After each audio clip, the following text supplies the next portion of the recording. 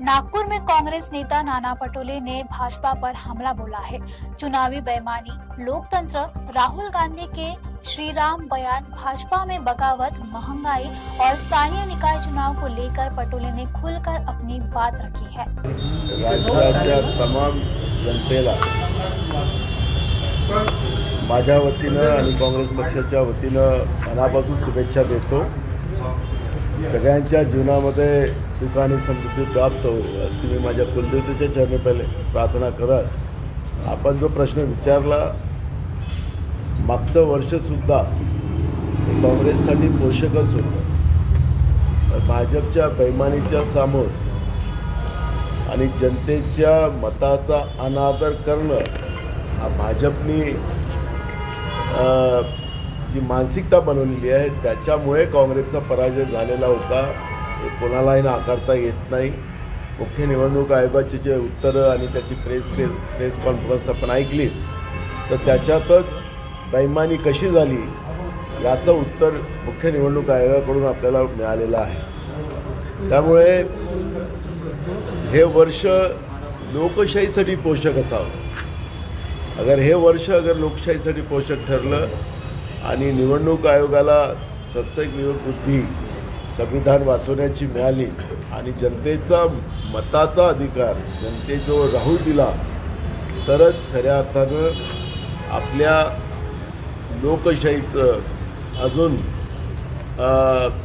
ती बलाढ्य होईल, शक्तिशाली होईल आणि देश आपला बलाढ्य होईल। आणि म्हणून काँग्रेसचा पराजय नाही, हा बेईमानीने केलेला पराजय होता आणि त्याच्यामुळे काँग्रेसला महाराष्ट्रामध्ये मानणारा मोठा वर्ग आहे आणि लोकांना अपेक्षित आहे की काँग्रेसच आता या महाराष्ट्रामध्ये सत्तेत यावं। तुम्ही राहुल गांधी यांना रामाची उपमा दिली, काय कसं आहे, मीडियावाले तुम्ही शब्दाचा अनर्थ करता।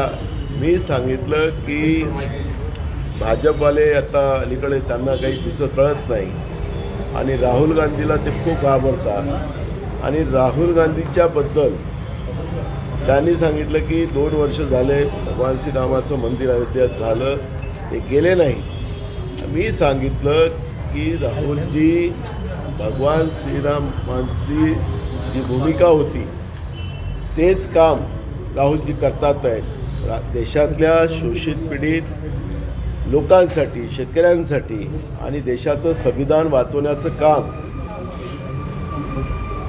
राहुलजी करतात आहेत आणि राहुलजी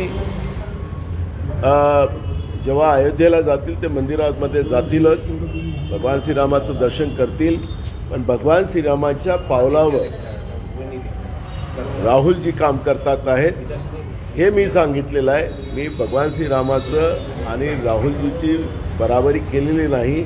भगवान श्रीरामाचं काम करणं, त्यांच्या विचाराचं काम करणं हे बराबरी होतंच असेल तर मग नरेंद्र मोदींनी भगवान श्रीरामाला छोटंसं दाखवून आपल्याला मोठं दाखवलं होतं तर ते कुठलं हे रामभक्त आहे हाही प्रश्न या ठिकाणी निर्माण होतो। मध्ये अजून खूप उद्रेक होणार आहे, त्यांच्या मंत्रिमंडळात ते उद्रेक होणार आहे। भाजपच्या राज्य पातळीमध्येही मोठ्या प्रमाणात उद्रेक चाललेला आहे। त्यामुळे फडणवीस आता त्यांच्या कार्यकर्त्यांना बंड केला, त्यांना काही लॉलीपॉप देऊन त्यांना शमवू शकतील, पण निवडणुकीच्या नंतर भाजपमध्ये मोठा बंड होण्याची परिस्थिती निर्माण झालेली आहे। मला वाटतं की भाजपनी या सगळ्या विषयाची चर्चा करण्यापेक्षा मुंबईला ज्या पद्धतीनं घाण केलं, मुंबई जशी विकली आणि महाराष्ट्राला महागाच्या आगीमध्ये झोकलं।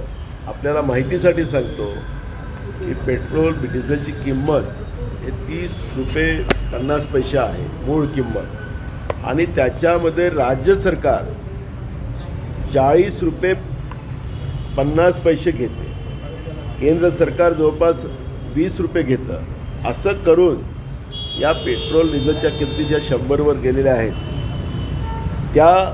त्याच्यामुळे मोठ्या प्रमाणात महागाई आणि महागाईच्या आगीमध्ये लोक जगतात आहेत। बेरोजगारी मोठ्या प्रमाणात आहे आणि बेरोजगारीमुळे आज राज्यातली परिस्थिती भयानक आहे। ही शहरातल्या निवडणुका आहेत, महानगरपालिका, आणि गेल्या 5 वर्ष महाराष्ट्रामध्ये ह्या निवडणुका झाल्या नाही.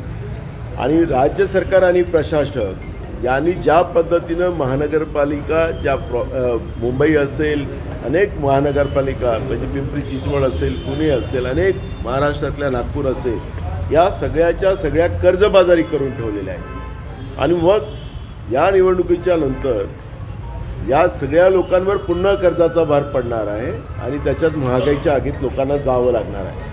आणि म्हणून या निमित्तानं मी आपल्याला सांगतो की भाजप मुद्दामून हिंदी भाषिक, मराठी भाषिकाचा मुद्दा उपस्थित करून मूळ मुद्द्याला डायव्हर्ट करते आहे.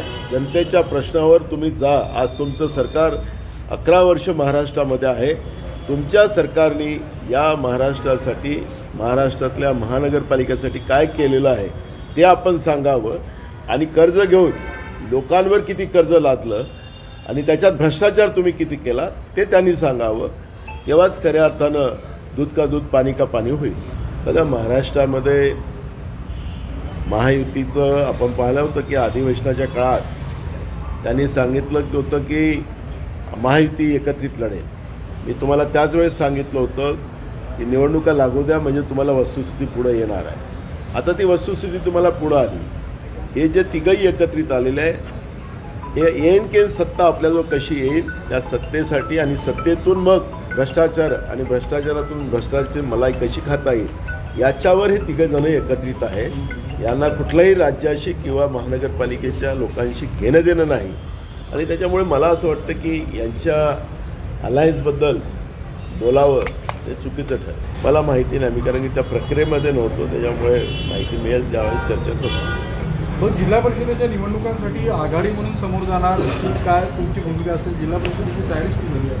आम्ही वारंवार सांगितलं आहे की स्थानिक स्वराज्य संस्थांच्या निवडणुका त्या भागातले कार्यकर्ते, तिथले नेते जे निर्णय करतील त्याप्रमाणेच आमची तयारी असते. भाजपला आणि भाजपसोबत असलेलं अलायन्स त्याला सोडून आमचं ती भूमिका असते. त्याच्यामुळे एकदम स्पष्टता आमची आहे. त्याच्यामुळे कोणासारखं नाकाला जीभ पुरवण्याचं काम आम्ही करत नाही की आम्ही महाविकास आघाडी म्हणूनच एकत्रित लढू, असं महायुतीने केलेलं होतं. आज त्यांचं आपल्याला दर्शन होते.